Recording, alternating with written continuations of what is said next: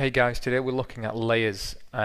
Layers are really important in Photoshop. Once you learn the power of layers and understand how layers work, it's going to give you a lot more flexibility and control over your Photoshop projects. Now here we have a 4-layer Photoshop file, and we can see this over here in the layers palette. We have a background layer, which we can see is just a white surface. On top of this we have a red circle. On top of that we have a blue circle, and at the top of the layer stack we have a yellow circle. Now it's important to note that the order in which these are stacked corresponds to which layer is on top of another layer. So the yellow layer, or the yellow circle, is at the top of the layer stack. So this means it's in front of or on top of everything else. The blue circle is in front of or on top of the red circle layer, and we can see that represented here. And the red circle is at the bottom of the layer stack.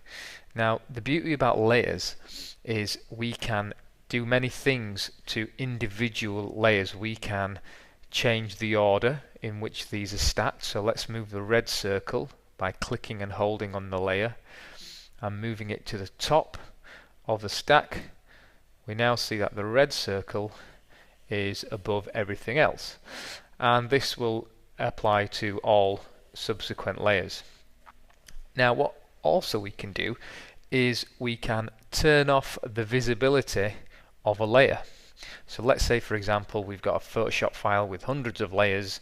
We might not want to see all of them at that moment in time, so we can actually click on this little eye icon and it will just hide the layer from view.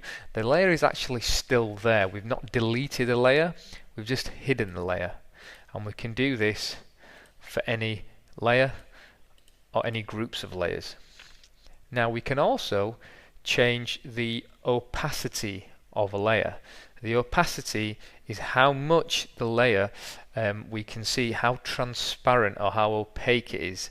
So at the moment we're on the yellow layer, and we know that because I've clicked on it and it's highlighted in blue, and the opacity is 100%, so it's 100% opaque.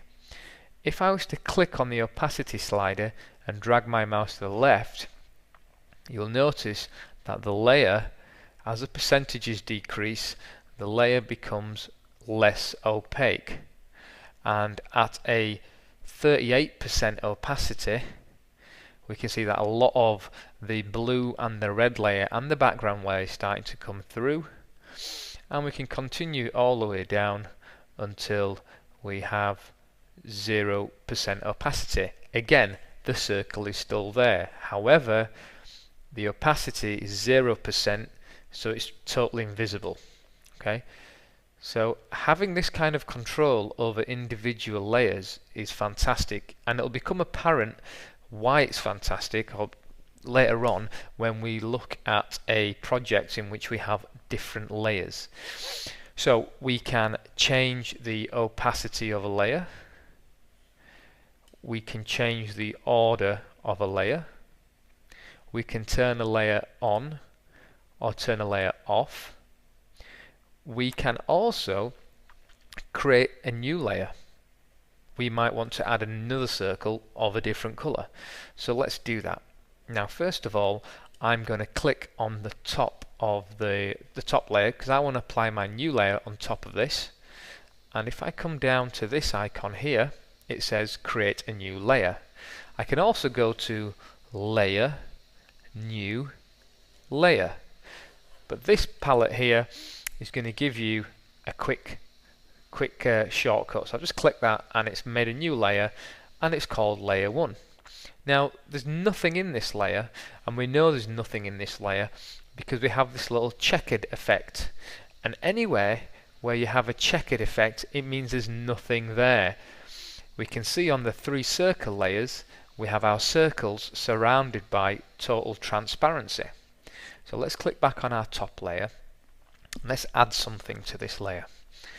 I'm going to come over to my tools and I'm going to click on one of my shape tools. Let's pick a rectangle or a square this time, and I'm going to move over here and I'm going to change the color to, let's get a nice purple.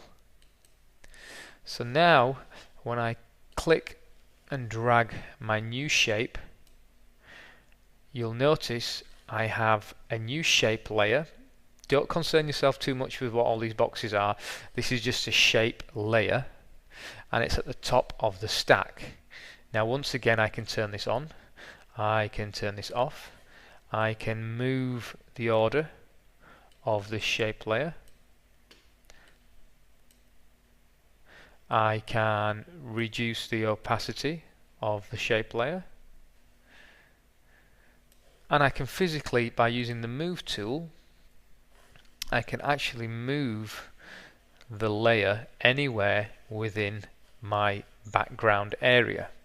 Okay, and that also applies for all my other layers. I can move them independently of each other and position them exactly where I want them. Now it's a good thing to note that on the move tool I have this auto select layer tick option. If I turn that off and I want to move the yellow circle, I can't actually move the yellow circle. I'm only able to move the red circle. This is because I've got the red circle highlighted. I have to physically click on the yellow circle layer in order for me to move it. If I want to move the purple, I can't just move the purple by clicking on it.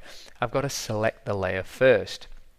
So by having auto select layer on, it allows you just to click physically on the image and move each layer, and the corresponding layer stack here will also be selected. Okay, so I can just move these shapes around and the layers to my right will be selected as I do that. Now I can also rename this layer just by double clicking on the word shape 1, and I can call it purple square. Okay, so we can turn them on and off, we can change the opacity, we can move them up and down, we can change the stack or the order in which they are moved. We can also just get rid of them. Okay, we can just either press the delete key if you're on a Mac, or you can press the backspace key, or you can just drag down the layer into the bin. Okay, so there's the bin icon and it's gone. Okay, and I can do that with any of my layers to get rid of them, or I can just press the backspace key. I'm just going to do Command Z just to go back, Command Alt and Z to go back further. And that's a very quick brief introduction into layers. In the next tutorial we'll look at how we can combine adjustment layers with an image and have a lot of flexibility in how the image looks and give us a lot of control in editing the image.